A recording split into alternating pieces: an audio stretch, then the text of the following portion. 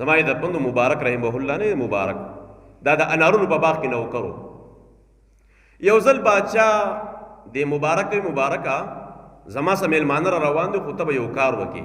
په دې باغ کې د انارونو باغ کې ګورې تا 15 کاله تېر کړي دي په دې کې به ښایسته او ښکلې دانې وګورې چې میلمه ته به یې کېدو اوې ډېره ښه ده په دې کې میلمه چې کوم دی راغلی دی نو چې کله ناست دی نو چې کله انارونو شروع کړل نو انارونو خوراک کې تریوالی و بادشاه ډېر غوسه شو میلمه چې کله لاړو نو مبارک دی خوا راشه ستا په دې باغ کې دومره زندګي تېره شوله د اوسه پورې تا ته دا پته نه لګي چې دا د دې ونې دانه خوږه ده د دې تروه ده د اوسه پورې ته په دې باندې پوه نه شوې او ورته وایي چې تاسو ته پته ده په دې 15 کاله کې ما ستا د اجازت نه بغیر د یوې ونې دانه نه ده څکلې دې ته تقوا ویلی کېږي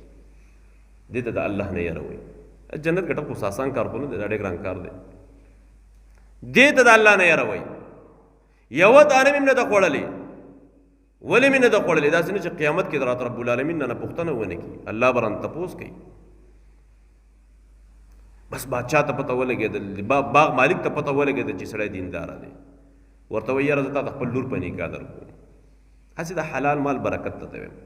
لور ته په نکاح در کوم هغه وایي ګوره زه یو غریب سړی یم او ته مالداره سړی او زما څه چرته ستا ویې نه ما دا غوښتل چې زما لور ته رب العالمین دینداره سړی ورکړي او تا غوندې دینداره وې ما ته چېرته میلاوېږي بس لور یې ورته په نکاح ورکړله یو کال پس ورته رب العالمین بچی ورکړ د هغه نوم عبدالله او دغه عبدالله به الله دومره لوی عالم تی الله جوړ کو عبدالله ابن مبارک رحمه الله تاسو به نوم اورېدلی دومره لوی عالم تی الله جوړ کو چې دغه په درس کې به 40,000 شاګردان ناست دا د حلال مال برکت دی پلار حلال وخوړل د بچو ته اوس ګوره کنه بچو ته الله کوم مقام ورکو معلومیږي دا چې د مور او پلار د حرام مال د خوراک ته وجنه په بچی باندې اثر کیږي نو زما د پدو دعاګانې چې الله قبلې په دې شرط باندې چې زما اوستا په خېټه کې حلال پراته